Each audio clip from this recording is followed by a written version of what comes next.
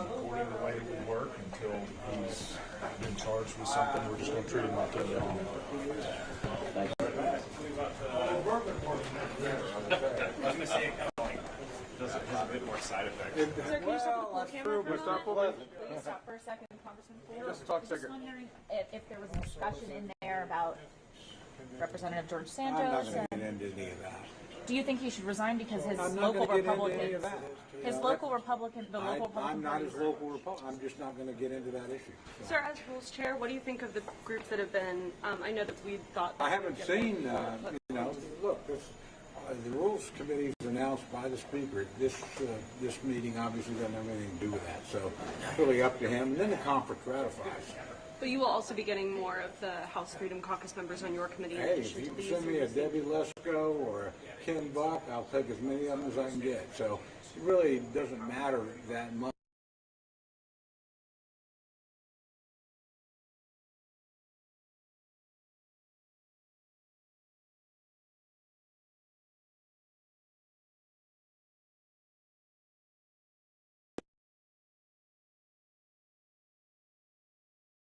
Who want to cut defense spending to keep things down to...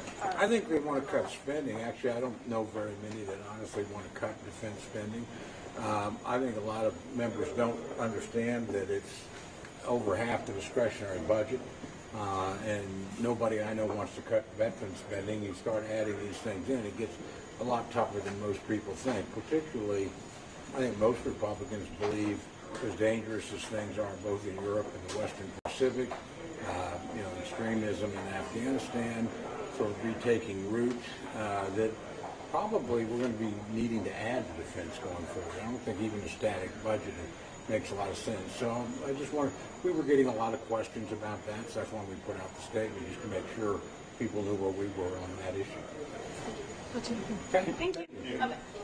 Speaking of spending, are entitlement changes Yeah.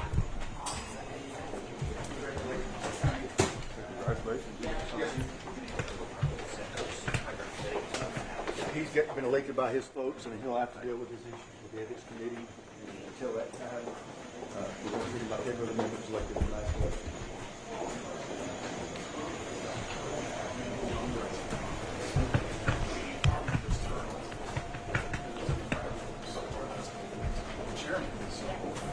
Members come and they go, and so on and so forth. That's a good thing for Congress. Is actually have new voices come into this place who've been out in the world. They've worked. They've run companies. They've seen the contemporary impacts of what's going on, as opposed to, and no disrespect to my older colleagues, but having just been here. So I think that's a good thing for Republican government to do. Congratulations, by the way, on financial services. Any thoughts on, what you want to do this session on the committee? Oh man, I mean, look, we've talked about digital assets. The stuff that we talked about with dealing with access to capital markets issues, doing things for micro businesses and small businesses, banking reforms that are necessary. Is contrary to my colleagues who believe all they do is throw more money at the problem. Banking regulations have hurt small businesses and micro businesses in the United States. That stuff has to be looked at. I look forward to getting into it. Totally. And what are your thoughts on whether or not Wall Street should be concerned about the debt ceiling this session? No, I don't think, in terms of Wall Street being concerned, are we going to deal with the debt of our nation? Of course we're going to deal with it. But I think what Wall Street also needs to see is somebody who does look at credit ratings. That's actually how I started my career. I want to see the federal government have a plan on repaying its debt. The other thing that Wall Street has been very clear about is that they want to see the federal government actually have a plan, not just pass the debt ceiling extension. So it's twofold, not just one. If we fail to raise the debt ceiling, what do you think I about it? don't think that's enough. All right, thank you, Congressman. Thank you. See you guys.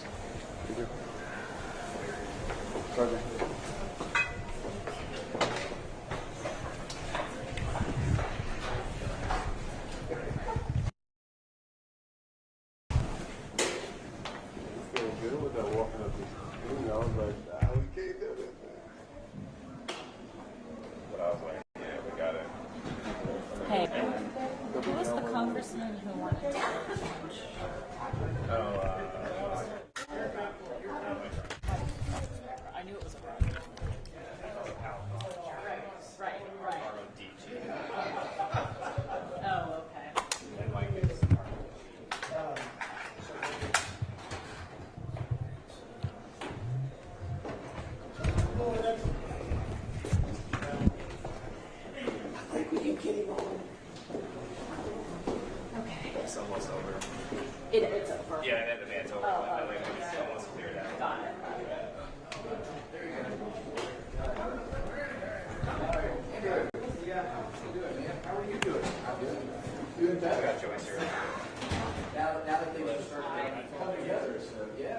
He's not on that. I think so. That's right.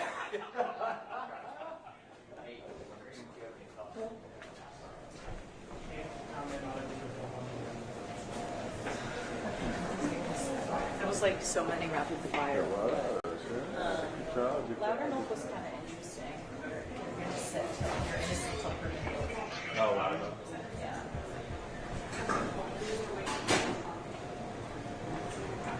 Hold on.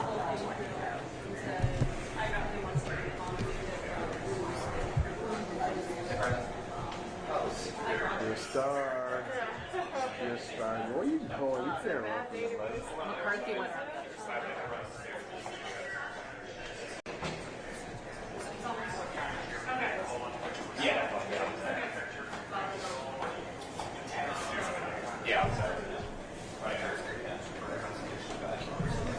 I'm gonna go for a basic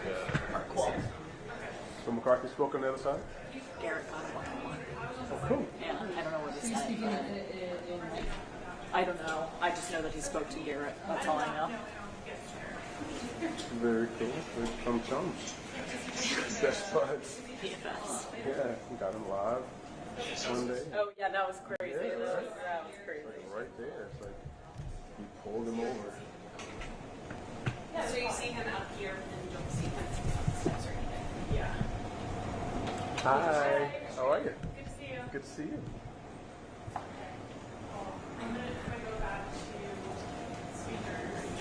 What is it? I'll wait to see what anything else comes through.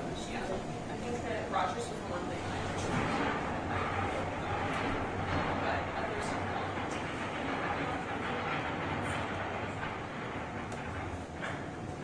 Liz. Hey. Did Rogers say anything interesting over here? Which Rogers? Mike.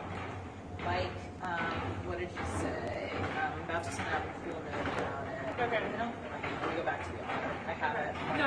4 of them came back. Don't mess up your workflow. You're just sending it. Don't worry, I'll listen.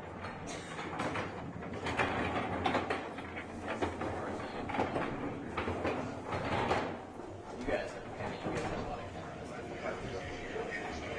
I'll have to deal with this shit on my face. Okay.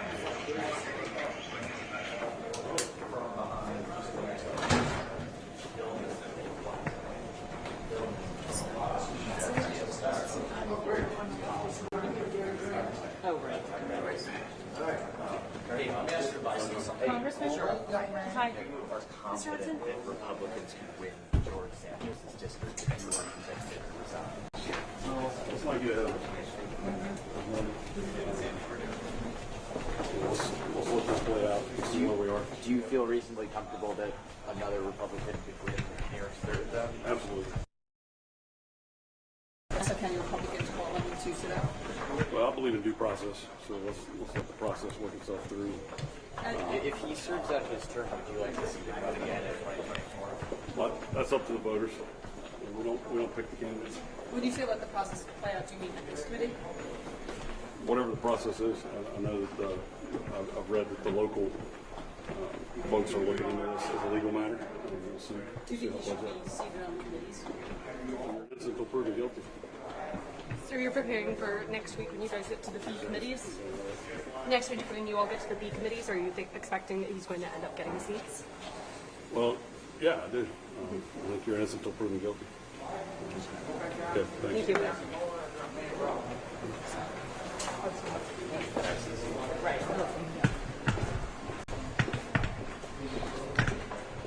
That's gonna be seen and I'm gonna get in trouble. Hopefully we're not, because Excuse me.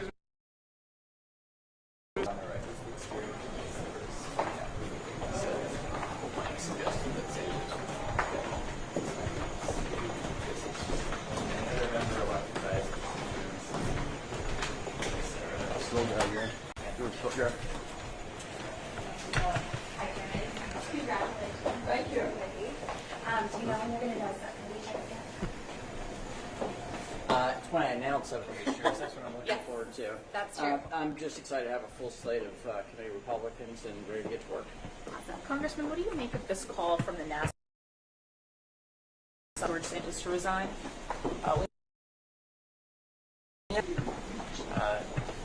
saying something so vocally that's not a helpful sign, but we're going to leave this up to the regular normative process that is both traditional for this body and under the law. Do you believe he should resign? We're going to leave it to the normal legal and ethics process. So you do expect an ethics committee? I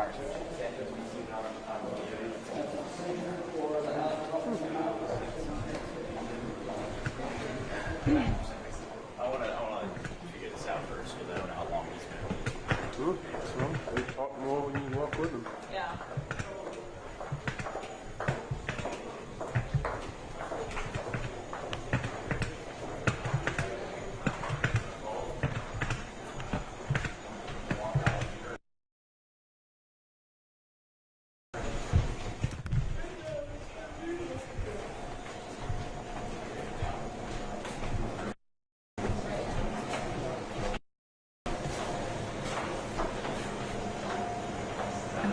I would imagine that room's almost empty.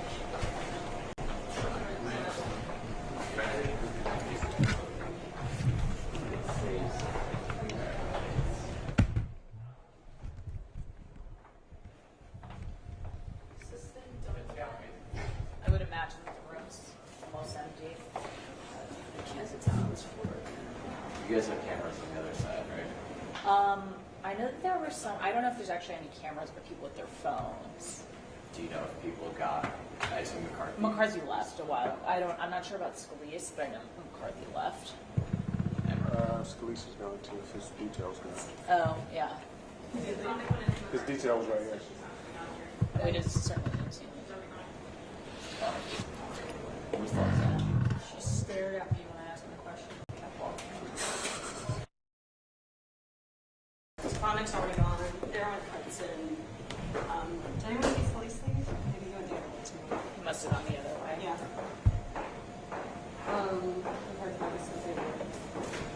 Maybe we should all leave.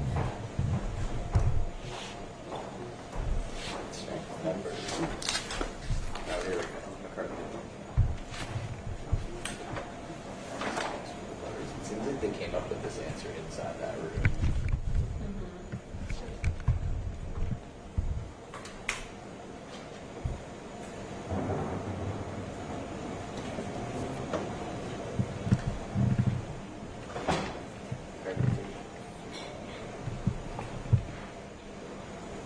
Didn't feel that way about Steve K. Yeah. It's the last time anything will ever happen in Germany.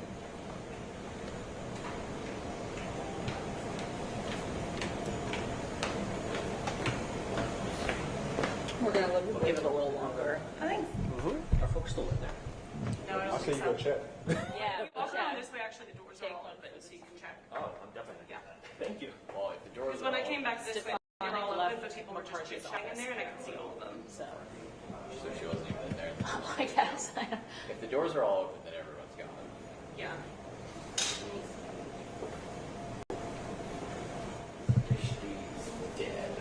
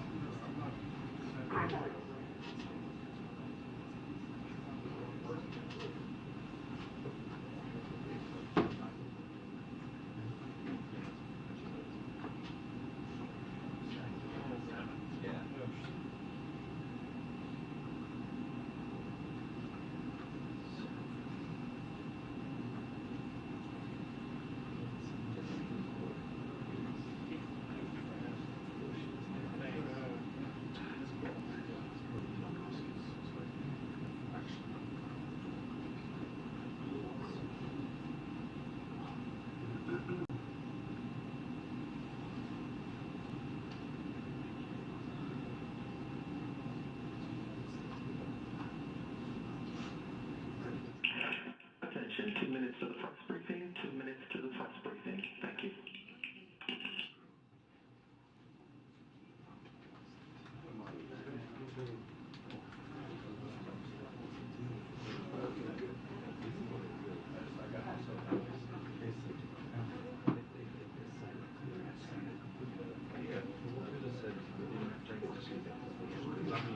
Until they have that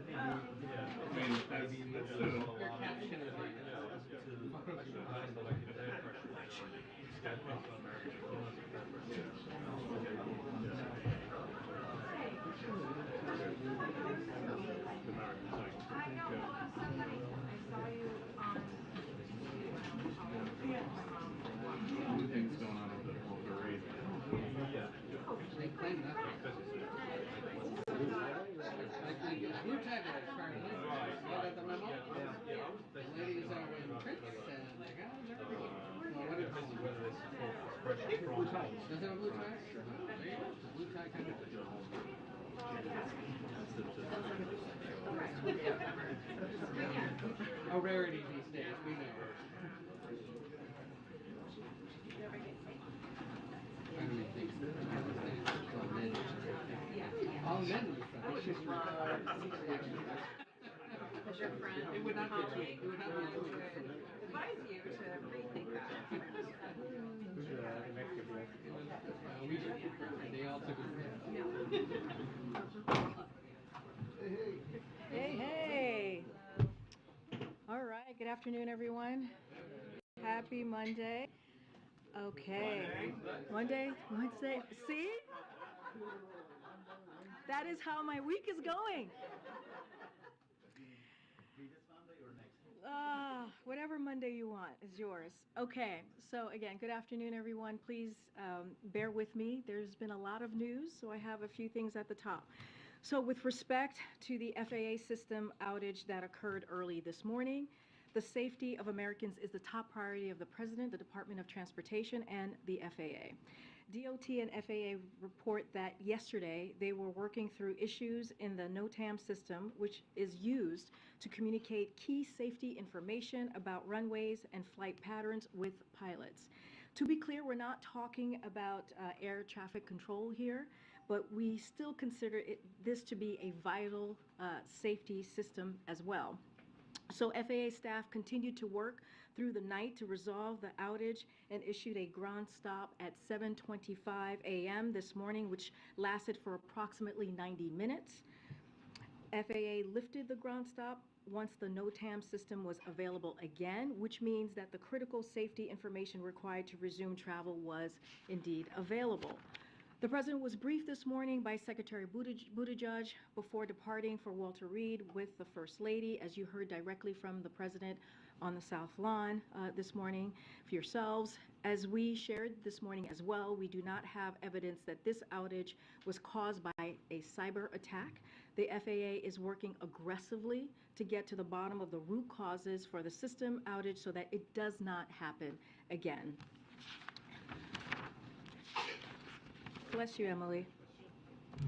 Okay, so yesterday the Department of Education proposed what would be the most affordable student loan repayment plan in history. The new plan, if implemented, will cut monthly loan payments in half for undergrad borrowers. It will mean borrowers making less than about $30,000 per year will not have to pay a dime on their student loans each month, and it will reduce the time it takes for low balance borrowers to get their student loan debt forgiven.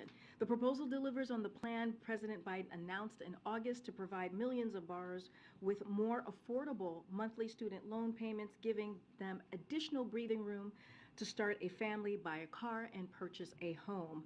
Today, we have further evidence of President Biden's economic plan delivering for American workers.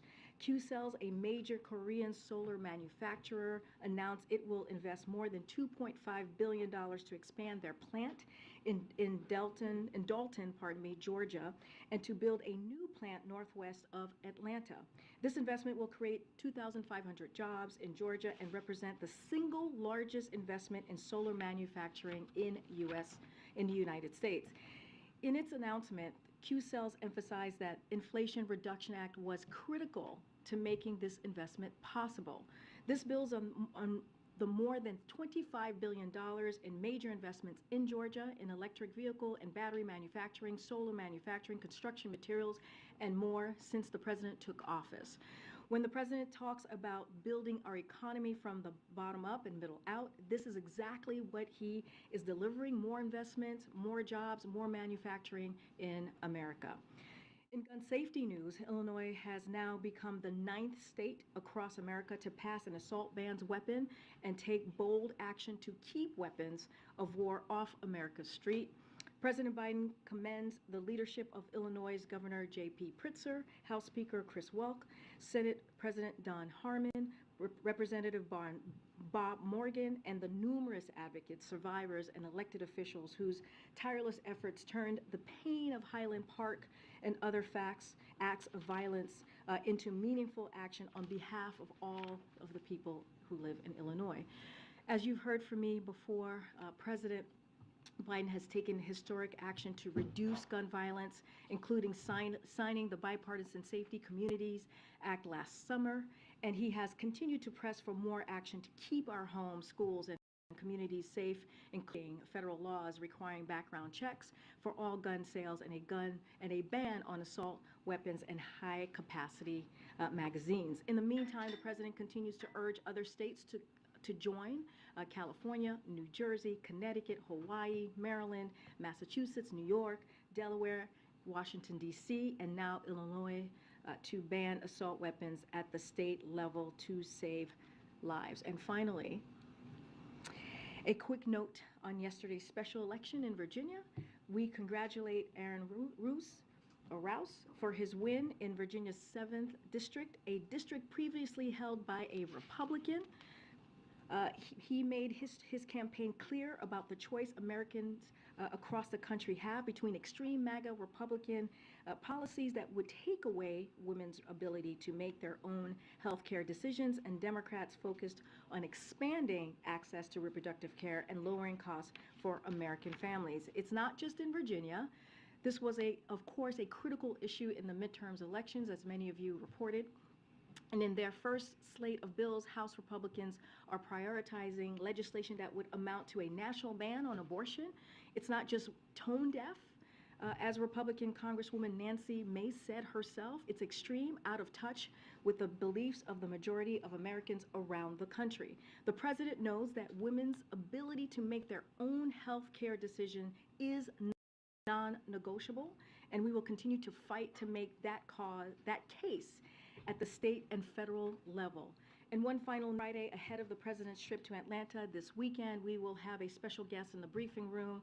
We'll have a senior advisor for public engagement, Keisha Lance Bottoms, will be joining us, will be joining me to talk about some of her work, as well as preview the significance of the president's remarks at Ebenezer Church on what would have been Martin Luther King Jr.'s 94th birthday. With all of that said, you guys can start waking up now.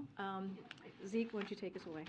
Thanks, Corinne. I was hoping you provide an update on what the president has been doing at Walter Reed while the First Lady's been undergoing this procedure.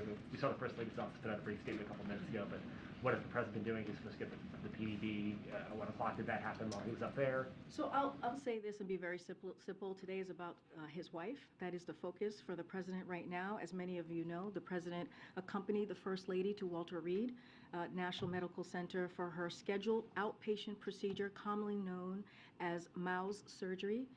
The First Lady's procedure is proceeding well, and as expected, Dr. O'Connell will provide an update about her today. But again, this is about the president supporting his wife of 45 years.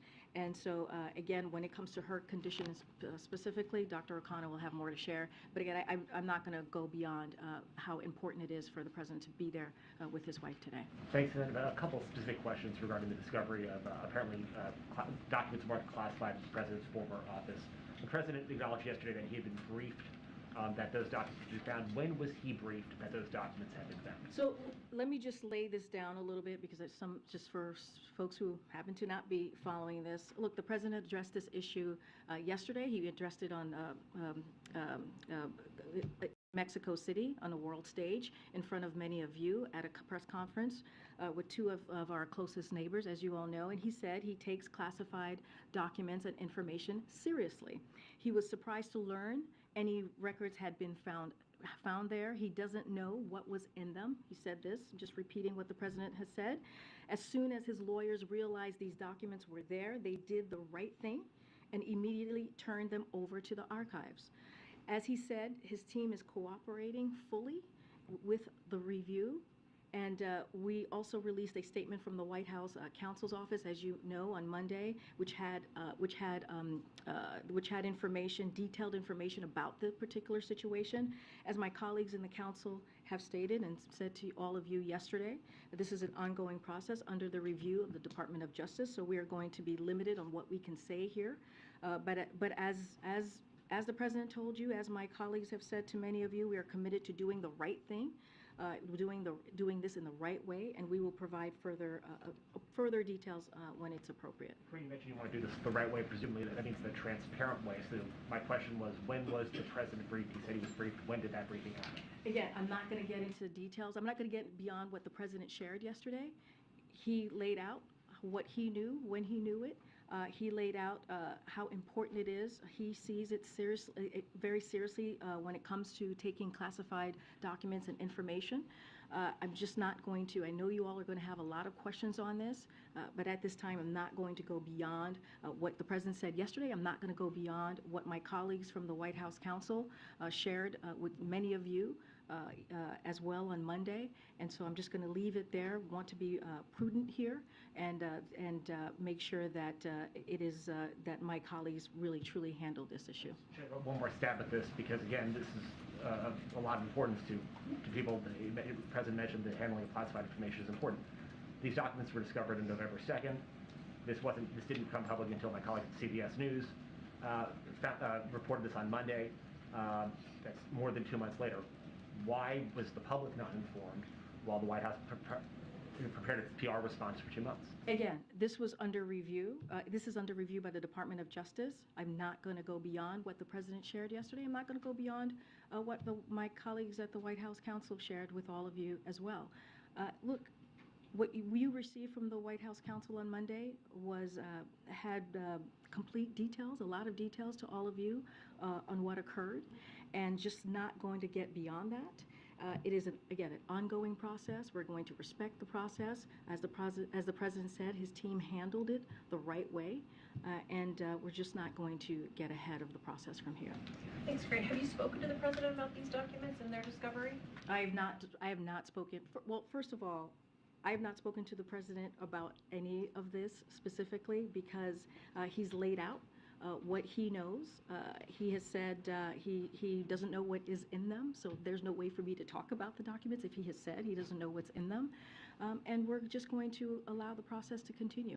So for the sake of the American public who want these questions asked and answered, would the president characterize what happened here as a mistake? Would this White House characterize this as a mistake? What I'll say is this is an ongoing process. You heard from the president. He spoke about this in detail yesterday in front of, on a world stage, in front of many of you who were there, in front of many of your colleagues. He laid out what he knew.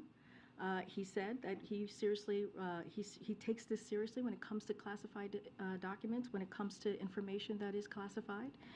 He was surprised to learn about the records had been there Again, he believes that the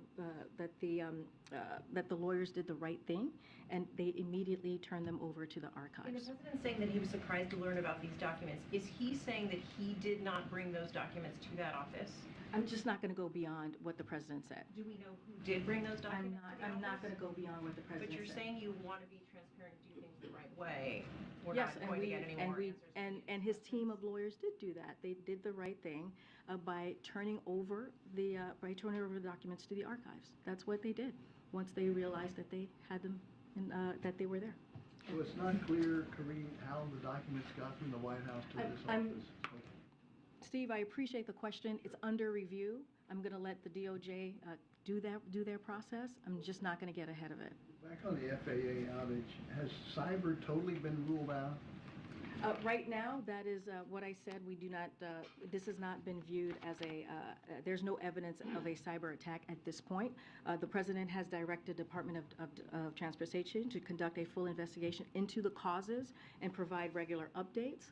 Again, this is incredibly important, a top priority, the safety of Americans who are flying every day. We want to make sure that they're safe. This is a top priority for the president, a top priority for the Department of Transportation, and certainly FAA, and we want to make sure that we get to the root causes so this does not happen again. Lastly, on the First Lady, when was this lesion discovered? I'm not going to get ahead of what Dr. O'Connor is going to share later today. I stated that the procedure is going well. I'm just going to leave it there and let her doctors speak to it. On the documents case, again, you've laid out that the president's lawyers and the special counsel are dealing with the legal side of this. You've now laid out that you have not had a conversation with the president about this.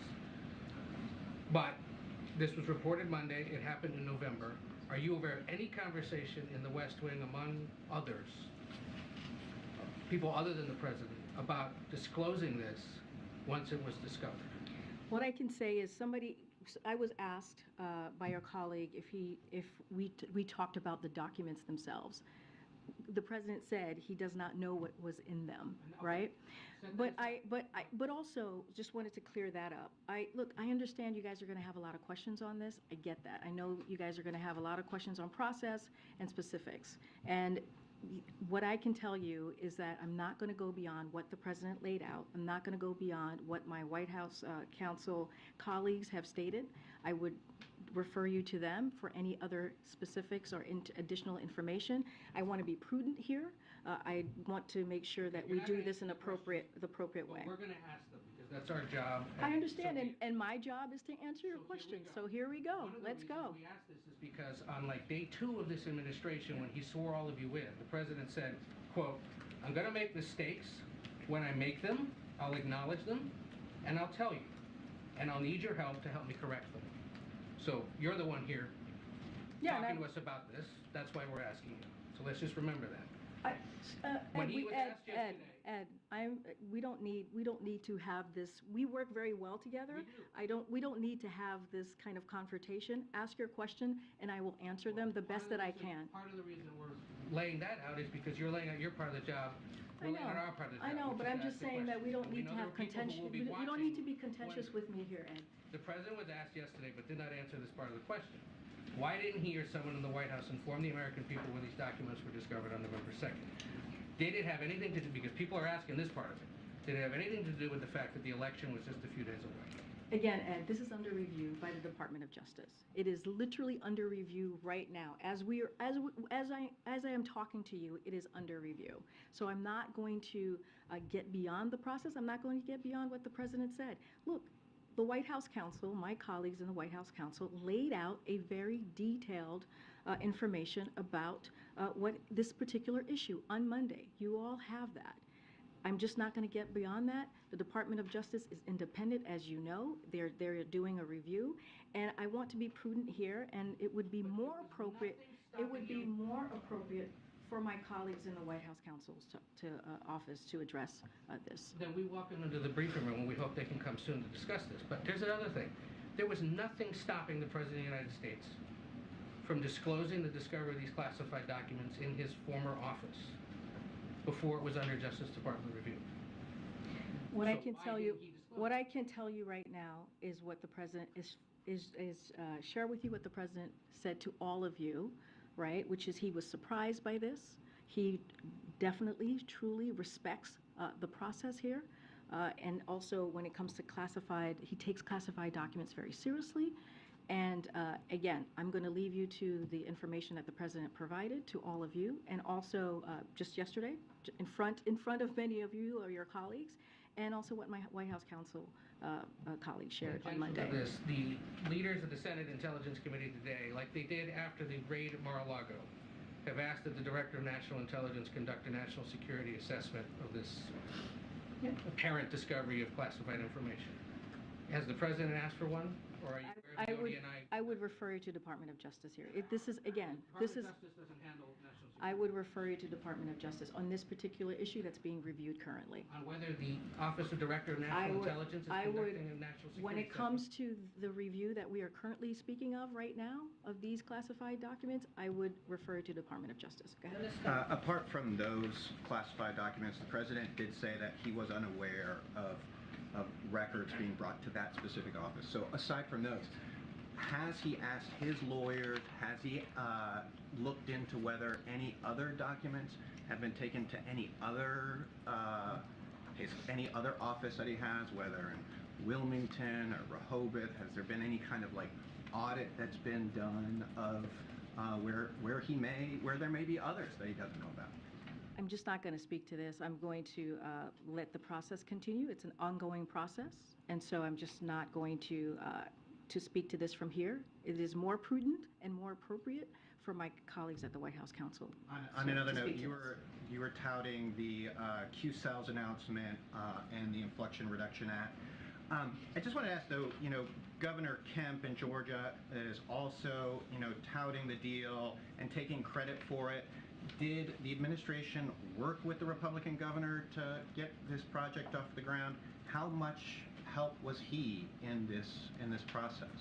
I don't have any specifics to share on our conversations with the governor of Georgia, but what I can share with you is what we have said many times is how important the Inflation Reduction Act is here, and we see this. We see this in many of the announcements that we've seen clearly across the country when it comes to making sure that we're lowering costs for Americans, making sure that we're bringing manufacturing jobs back home, and this is part of more broadly the president's economic policy. And so we see this a lot. We see where Republicans do not support some of the major critical policies like the Inflation Reduction Act, but then take credit for it, like the American Rescue Plan, but then take credit for it. But that also shows you how effective the president's economic policy has been and how it does indeed work and deliver for the American people. And so I'll just leave it there. Go ahead. The president does talk about bipartisanship. I mean, did Governor Kemp help? It does. I just said I don't have anything to lay out for you, but what I'm sharing with you is what we have seen over and over again when it comes to Republicans who do not support what we're trying to do on behalf of the American people. Again, the Inflation Reduction Act. Again, the American Rescue Plan, right, which is all part of the president's economic policy, which has shown to have worked, which has shown to actually create more than 10 million jobs, which have actually helped to lower in cost when you think about the Inflation Reduction Act as we're going to move forward in implementing that. So all of these things are incredibly important, and I'm just laying out to you that the president's economic policy is working. Go ahead. Creighton, when you were talking about the FAA, you said that the issue arose as they were working through some issues, and so I was wondering if you could explain a little more if basically the FAA was trying to update the system, or was there a server issue, a database issue? If you have any more detail on how exactly, prior to the full investigation, this seems to have happened. So I would refer you to the Department of Transportation. Secretary Buttigieg has been on many of your colleagues' airwaves speaking about this and what occurred. He has directed an after-action process to determine exactly the root causes and recommend the next steps. FAA and DOT will continue to be transparent here. about the causes of the issue and how we will ensure a system outage of this magnitude does not happen again. So what I said earlier, which is very true, our number one focus is to make sure that the safety of Americans who are flying, right? We want to make sure that they're safe. And the second part of this is to make sure that this does not happen again. And so again, there's going to be an after action process and we'll move from there. Can I ask about this gas stove thing that kind of bubbled up yesterday? Does the White House think gas stoves are safe? And I know that the Consumer Product Safety Commission said today that they're not looking to ban gas stoves, but I'm wondering, was there communication between the White House? So as far as the safety piece of it, it's not something for us to answer from here. I would refer you to the Consumer Product Safety Commission. As the chair said today, and I quote, research indicates that emissions from gas stoves can be hazardous, and the CPSC is looking for ways to reduce related indoor air quality hazards. But to be clear, I am not looking to ban gas stoves, and the CPSC has no proceedings to do so. Look, as far as our conversation to your question, we are in regular touch with them. But of course, they are an independent.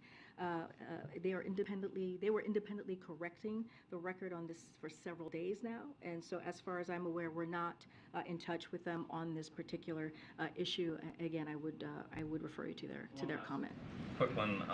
Russia announced today that they're replacing their military chief in Ukraine.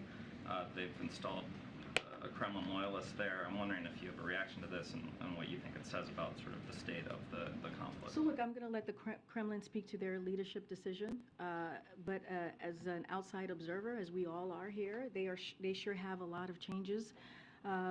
They made a lot of changes as they continue to try to overcome their own difficulties in a war that they shouldn't happen in the first place. So again, I'm not going to comment for them. I'll certainly let the Kremlin speak for themselves. But again, this is a war that they started. This is a war that they created, a brutal war, and they can end it today if they choose to do so. Thank you, Karim. I have two questions for you. Last week, President Biden said that the war in Ukraine is at a critical point, and then you repeated the statement from this podium. So I'm wondering, where does this assessment come from, and why the White House thinks that the war in Ukraine is the critical point right now? And secondly, Poland announced today plans to send a company of Leopard tanks to Ukraine as a part of international coalition. Does the U.S. support such a coalition, and is President Biden considering sending American Abrams tanks to Ukraine to help, especially if he thinks that the war is at a critical point? So I'll say this. Look, Russia has been attacking Ukraine for 10 months now, 10 months. And this winter, we're seeing a new approach by Putin targeting civilians. You've heard the president talk about that specifically. It is unspeakable what the Ukrainian people are enduring, and they are bravely fighting back. I'll say this to your second question. The president has made clear to President Zelensky, as you know, he was here very recently. You saw them stand side by side, and you heard the president talk about the commitment that he has for the Ukrainian people, and that the U.S. will continue to have their back, stand with Ukraine as long as it takes. And we've been very clear and consistent on that. We are moving fast and delivering to support Ukraine with the tools it needs to win this war. We just announced a PDA of $3 billion, the largest one just last week. And so that is going to continue. Again, we will be with them as long as they need us. I'm going to move on. I'm going to move on. Thank you, Corinne. Do you have a reaction to Moderna potentially increasing the price of its COVID vaccine by 400%? I don't have a response to that. I would have to check in with the team. This is the first I'm hearing about this. And separately, do you have a reaction to Governor DeSantis a couple days ago claiming to activate the National Guard, the Florida National Guard, in response to the Cuba migration surge? So we have known for some time now, right? We have seen Governor DeSantis do political stunts. That is how he perceives to fix this issue from Florida, right? And he takes, we're talking about people who are coming from from countries who are dealing with political strife, who are dealing with issues where they're trying to find asylum, and he treats them like pawns. And so we have called that out over and over again, and we will continue to do that.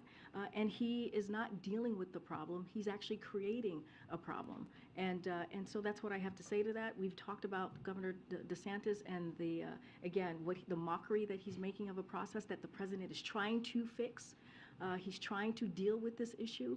He has made, when you think about immigration reform, a priority by putting forward a piece of legislation on the first day of his administration. And what he's going to continue to call on is for Congress, Republicans, to actually take action and really deal with this crisis, this issue. Okay. Corrine, a couple of questions. One, is there a log showing how many times the president has been to that office during, his vice president, when he was vice president, etc.? Is there a log showing the times that he traveled there? Traveled where? To that office. Yes, the Biden Pence. Yes. You mean since he's been vice president? No. Oh, since he left as vice president? Yes. I do not know of such a log. You don't, nothing. Look, I'm not sure. You're just trying to see how many times he's gone to the Penn Biden Center or office. I don't have anything to share about how he's. I mean, at least for the last 2 years, right? You guys have been very aware of where he goes, right? Because he has a protective pool that travels with him at all times. So I can only speak to the last 2 years. When he was a citizen, right? After becoming vice president, I cannot speak to his movements there, where he's been, or how many times he was there. As you know, he worked at University of Pennsylvania, so clearly he was there often. But as president, you guys are very much aware of his movements and where he goes and the trips that he takes because he is indeed president of the United States. So I can't speak to after that or before that. You spoke of the legal aspect of it. There is also a political aspect to this as well. There are some Republicans who are grabbing onto this cloud of documents that have been reported. What do you believe will happen? How will the work for the American public go forth with Republicans already talking about investigations? Already, Marjorie Taylor has been screaming impeachment for the longest, and now with this, she's saying impeachment. How does the work of the American public move forward as now documents are reported that were in an office connected to Joe Biden? Again, I'm going to sound like a broken record, but the more prudent thing to do is to make sure that my colleagues are dealing with this, my colleagues in the White House Counsel Office, and I want to respect the process. This is an ongoing process, as you all know, that is being reviewed by the Department of Justice, and I'm just not going to speak beyond that. I was talking about the politics. I know you're talking about the politics. Not just the legal, but I'm talking about the politics. I understand. I'm just not going. There is an ongoing process that is being reviewed by the Department of Justice. I'm just not going to speak beyond that. Lastly, the Atlanta trip. Can you talk about what this moment, with this year being the 60th anniversary of the March on Washington, what does this King holiday mean to this president? This holiday, as every holiday, when we talk about the legacy of Dr. Martin Luther King, when we remember him on his birthday, has always been a critical moment for this president. You heard him talk about the reasons why he decided to run. A lot of it had to do with civil rights. And he has an administration that makes sure that no one is forgotten, that he has an administration that represents the country, one of the most diverse administration in modern history, and that also shows a commitment to how he believes to Dr. Martin Luther King Jr.'s legacy as well, and making sure that we walk in that legacy every day. I don't want to get ahead. He's going to be speaking, as you know, at Ebenezer Church in a couple of days, and he wanted to make sure that he recognized that day by going there and talking about the legacy of Dr. Martin Luther King, what he meant, not just to the Black community, but to every community just across the country, to Americans. Great, thank you so much. President Biden campaigned on a promise to stay true to the spirit of transparency. Why then, how is it possible that the White House did not reveal the presence of these documents prior to the election when they were found? Again, the president spoke to this personally yesterday. You heard him at the press conference. He laid out what he knew, and he talked about how important and how he sees this as a serious matter when it comes to classified documents and information. He talked about about how he was surprised to learn about the records that had been found there, and he laid out his process and his thoughts. I'm just not going to go beyond that. Again, we released information that was very transparent, meaning the information that you all got received from the White House counsel's office.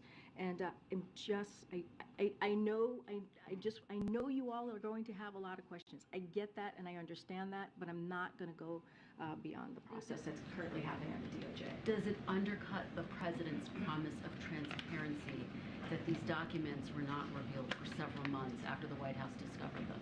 But look, so when his lawyers realized that these documents were there, they turned them over to the archives. They did the right thing. They turned them over. All I can say is what the president said yesterday. I would refer to his comments. But they did the right thing by, once they learned of them, they turned it over. They turned it over to the archives. Again, that's the question. I understand the question, but there is an ongoing process. It's being reviewed by the Department of Justice. Just when it is appropriate for us to say more, we will. Otherwise, I would refer you to the White House counsel's office. I do want to be very clear about something you said, make sure I understand you. Following up on one of my colleagues who asked you, you have not spoken to the president about this? Weren't you traveling with him when he made this public statement? The way I heard the question is, have you talked to the president about the documents? And he doesn't know what's in the documents. That's the way I heard the question, so that's the way I was answering the question. Talk to him about the revelation of these documents. Yes, we talked about the CBS story. We talked about the revelation of the documents, obviously. But about the documents itself, what's in them, that is something that the president doesn't even know. And I'm just going to leave it there. Okay, has he conveyed to you when he was briefed? And if not, can you go back and get that answer? I've not talked to the president about that. What I can tell you is I know you all have a lot of questions. There is an ongoing process here, and so I'm just going to let the process move forward. I want to let you respond to former Vice President Mike Pence, who talked about what he and some other Republicans are calling a double standard with the Department of Justice. Mr. Pence said the kind of double standard that we see being practiced by the Biden administration in the wake of this incident in the Justice Department, I think is exactly what undermines public confidence in our justice system. Again, as soon as his lawyers realized these documents were there, they did the right thing and they turned over the documents to the archivists. That's what they did as soon as they realized the documents were there. And his team is cooperating fully with the review. Again, there's a review happening by the DOJ, and we're just going to let the process move forward. Great. I'm going to go around. I'll come back. Thanks, Corinne. Just to follow up on Franco's question, given the position you're holding right now, there are no assurances you can provide at this point that there are no other classified documents out there in any other office in Norfolk. Again, this is an ongoing process, so I'm going to let the process continue. It is being reviewed by the Department of Justice, and I'm just going to leave it there. And you referenced the council's statement that there are limitations to what you all can say at this point in time. Do those limitations, just for clarity's sake, extend to literally everything beyond what the special counsel said on Monday night and what the president said last night? There's the White House counsel. My colleagues are here to answer questions on this particular issue, and I am just going to let them speak to this. They put out on Monday a very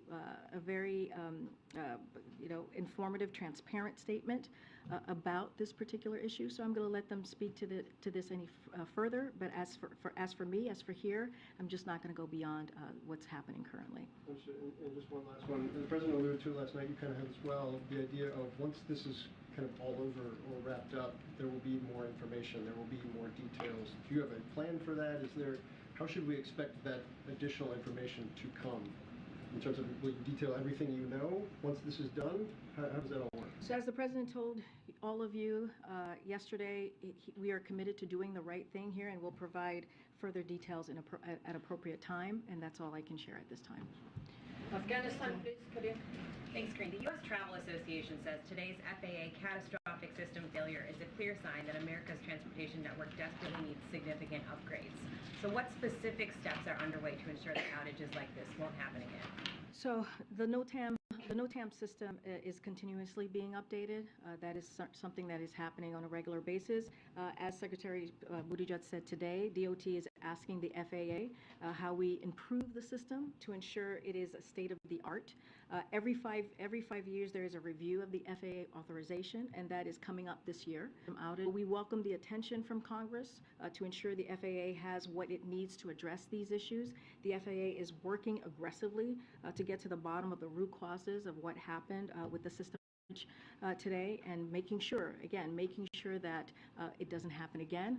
Clearly, the safety of Americans who are flying every day is a #1 priority, and what they're going to do is to make sure that this doesn't happen again. How concerning is it for the White House that there's no backup, no contingency to this system when it does fail? Look, what you saw happen today was out of abundance of caution, the action that was taken, because, again, the safety of Americans is a priority. They're going to get to the bottom of this. There's going to be an after-action document that's going to be put together, and so we will make sure that what the president wants to see is to make sure that this doesn't occur again. Could you tap into funds from the bipartisan infrastructure law, for example, to try to make some of those upgrades that you're talking about? Well, we'll see what the after-action report shows. I don't want to get ahead of that as far as any funding and what needs to happen next. Thank you, Corinne. First, does President Biden have confidence in Transportation Secretary Buttigieg? Yes. Why? Because Secretary Buttigieg he respects the secretary and the work that he has been doing. You have seen the secretary on TV. You have probably spoken to him yourself, and they are doing everything that they can to make sure that the experience that Americans have is a good one. That's why they've held the airlines accountable. You've seen the secretary do that over and over again, and we understand. We understand what Americans have been going through these past couple of months. That's why the secretary has been very clear on making sure that they are held accountable, has put in processes in place to make sure that occurs, and yes, the president has confidence in Secretary Buttigieg. And then on these documents, how could anyone be that irresponsible? Isn't that what this president says about mishandling classified documents? The president spoke to this personally. He spoke to this personally. He believes that classified documents and information should be taken seriously. He takes them seriously, and he was surprised to learn by any records had been. I disagree. Here's what happened. Once his. Well, let me explain to you the process. Here's what happened when his lawyers found out that the documents were there. They immediately turned them over to their archives. But they were immediately turned them over to the archives. I'm not going to go into specifics, but what I am reiterating to you is what you heard from the president yourself, Peter, which is how he saw the process and how he respects and truly respects and takes this very seriously, and when he knew and how surprised he was by it, and the actions that the right actions that the lawyers took. Again, this is under investigation, is under review by the Department of Justice, and we're going to let that process continue. How can President Biden be trusted moving forward with America's secrets? Because his lawyers, his team did the right thing. But he had a closet with classified his lawyers information in did it the that right. they found. How did it get there? Again. He was surprised that the records were there. He spoke to this personally.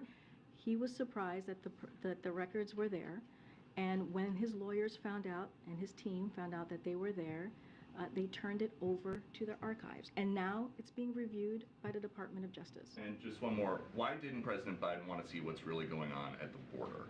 He did see exactly what's going on at the border. He didn't talk to any migrants, and he didn't go anywhere that people actually cross illegally. Why not? But he went to the migrant center, which was a critical place to be when you think about the partners who are our partners who are helping support the migrants on the ground there. There happened to be no migrants at the facility at the time that he visited. But let's because El Paso has been crushed. The shelters are full. There are overflow migrants sleeping in the streets, and then it's just a coincidence that suddenly the president shows up and. Well, let me talk about what's going on in El Paso, right? El Paso did go down significantly prior to the president's visit by about 70%. And that's a good thing, Peter. That's a good thing that we've seen the numbers go down. And that is something that we should be saying, okay, that's a good job there. It has helped ease pressure all across the community, but the president's visit had nothing to do with it. And so, look, again, he went to a migrant center. He went to one of the busiest port of entry, which is in El Paso. And so the president got to see. He went to the border. He got to see for himself, talking to. We've always been very clear that he was going to talk to the people on the ground who's working on the border, and that's what you saw. You saw him meet with the CBP. You saw him meet with partners on the ground, as I just stated, who deal with migrants and their families. And the president also is going to continue to call on Congress to take action. Look, the president has been doing the work. And if you think about the record funding, he has done more than any prior president to secure the border and build a safe, orderly, and humane immigration system. And that's what the president has been able to do. We've got 23,000 agents working to secure the border, and we'll soon be hiring 300 more. That's what the president has done here. And so, again, he went down there, he saw for himself, and I'll just leave it there. I have a follow-up, Corinne. Thanks, Corinne. Corinne. Thank you. One on follow-up on. No, go ahead, this lady in the front. Was there any discussion of President Biden getting a physical while he was at Walter Reed this morning, or could you provide any update on when that might happen next? Again, this is about his wife today. He wanted to be there to support her. I don't have anything else to share besides the fact that they've been married for 45 years, and he wanted to be there with Dr. Biden during this time. And then I just have one quick question on Brazil. Has there been any discussion in the administration about if there were to be an extradition request from Brazil for Bolsonaro for the events that happened this week? So I don't have an update for you on this. I'm not aware of an official request for information or extradition from the Brazilian government. Though, of course, if we were to receive one, we treat it seriously and examine it carefully, as we generally do for such requests. Just not aware of one at this time. Good. Thank you. A follow-up on the gas stoves, and just a quick one on the president's op-ed today on social media. On the gas stoves question, Senate Democrats are calling for more regulations on gas stoves because they contribute to indoor air pollution. Is the president worried about the climate impact of a gas stove? So look, again, when it comes to the question about safety or the effect of gas stove, that is not something that we can speak to here at the White House. So I would refer you to the Consumer Product Safety Commission.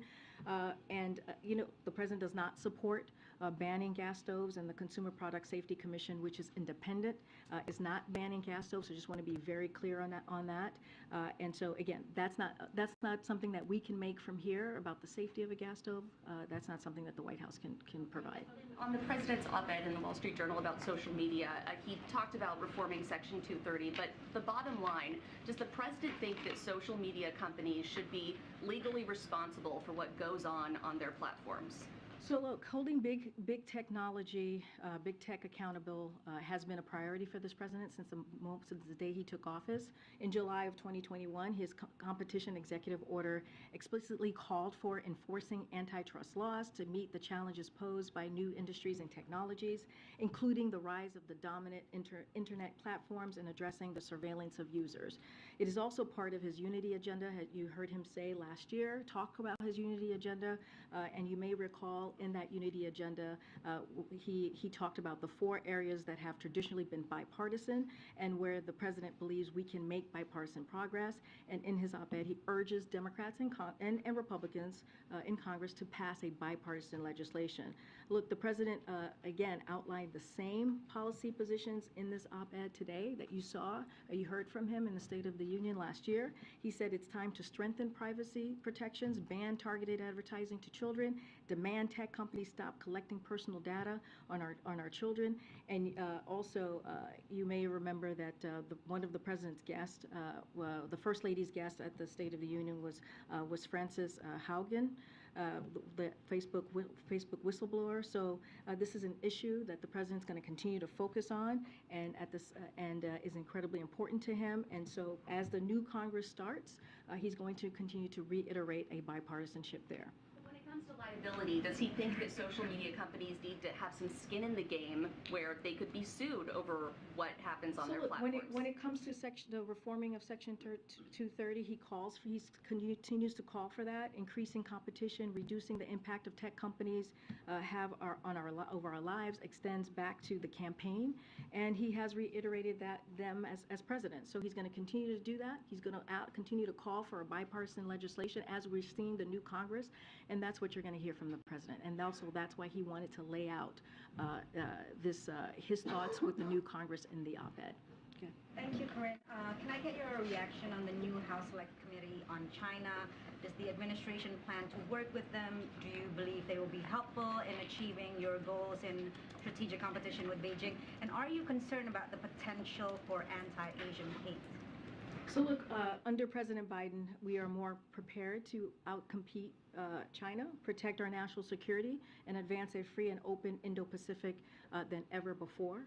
Many of our efforts we have been pursuing are bipartisan, underscoring the alignment at home on the key issue. We look forward to the committee getting stood up, and we'll continue to work with Democrats and Republicans in Congress on this issue. It is a top priority as we talk about outcompeting China. And do you believe, just on the last part, are you concerned about the potential of the committee perpetuating any kind of anti-Asian hate? Look, that is something that we will always call out against. That's something that you've heard from the president and you've heard from this administration, calling out any anti-Asian hate. That is not who we should be or who we are. And so, again, that is a commitment that he has to the Asian community. One more Japan, please, Queen. Ahead of the Prime Minister's visit, can you share the goals of this visit, particularly in terms of, in the context of countering China and holding Russia accountable on its invasion of Ukraine? If you can be specific about what this visit particularly means in the U.S.-Japan strategic relations. Right? So let me just more broadly, the two leaders are going to have an extensive and in-depth conversation over the last year at the East Asia Summit in Cambodia. So they're going to continue that conversation, continue that relationship, and the bilateral visit and Quad Summit in Tokyo as well. So they have had many extensive conversation. The Prime Minister will arrive at the White House after consulting closely with us and regional partners on the release of Japan's new national security strategy and commitment to boosting its defense depend on to 2% of GDP, including to invest in new defense capabilities. These unprecedented moves will strengthen deterrence in the region in order to advance peace and stability in the Indo-Pacific and globally. As you asked me about China, this meeting also comes as Japan continues to be a critical partner for the United States and Europe in holding Russia accountable for its brutal war against Ukraine. The meeting between the President and the Prime Minister will highlight the pivotal moment we are in for the U.S.-Japan alliance and underscore how President Biden's focus on investing alliances and partnership, including Japan, is bearing fruit. And you will hear more about this meeting when we'll get a readout on Friday. Go ahead, Kristen. Yes, going back to transportation, TSA plans to roll out facial recognition technology at its airports nationwide, but critics have raised concerns about the racial inaccuracies, especially for Asians and African Americans, when it comes to this technology. What is the White House's response to this racial disparities, and what kind of oversight can be provided to ensure that there isn't this inherent bias in this technology? So the TSA continuously evaluates and improves upon technology and process to better protect the traveling public and ensure that screening is conducted in a manner that respects the dignity of each individual. That is clearly a priority. DHS is working with NIST to assess the performance of face recognition technology and reduce demographic differentials, particularly as it relates to race and gender. And so that's what they're going to continue to do, is evaluate and improve. Can I ask a question? 40 people in Afghanistan today. Can you respond to that? Can I just ask if you have any information about why the president's personal attorneys were at the Penn Biden Center in the first place? Were they looking for something specific? Was there something specific they were doing going through these documents? It just seems like to send, if it was just routine moving stuff, to send a personal attorney to do that. I would as well. refer you to the White House counsel's very extensive kind of information on Monday that they provided. So I refer you to that. Great. Thanks so much. On the ground stop this morning, it's just such an unusual procedure. I'm wondering if you can go through in any more detail when the president was told that this might happen, and was he involved in that decision or that conversation before it was issued, or did he learn afterwards? If you just could provide a little more detail about how that process worked. So when it comes to the ground stop, that's something that the FAA, a decision that they made, an order that they made. So I'll send you to them. As far as the president, FAA worked on this issue, as I mentioned, as you've heard from Secretary Pete throughout the night, and briefed Secretary Buttigieg early this morning.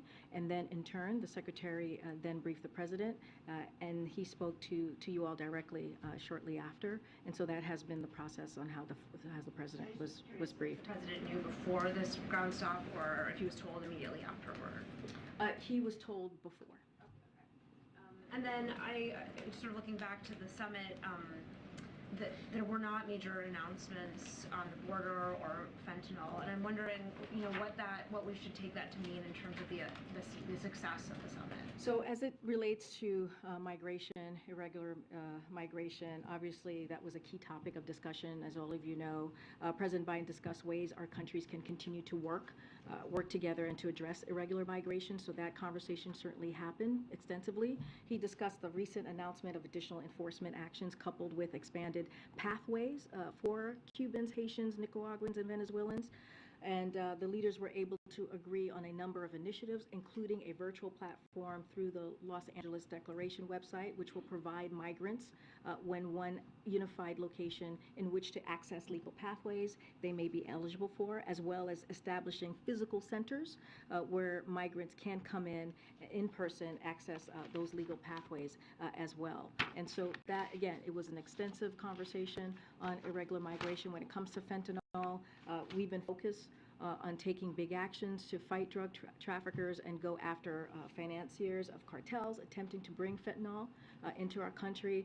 And so during his meeting with President Obrador, the president discussed increased cooperation to prosecute drug traffickers and dismantle criminal networks, disrupt the supply of illicit precursors, chemicals used to make fentanyl as well, shut down drug laboratories, and prevent trafficking of drug, arms, and people across our shared border. So there was a commitment and coordination and on law enforcement training, the best practices, so we can better go after criminal networks in the fentanyl trade.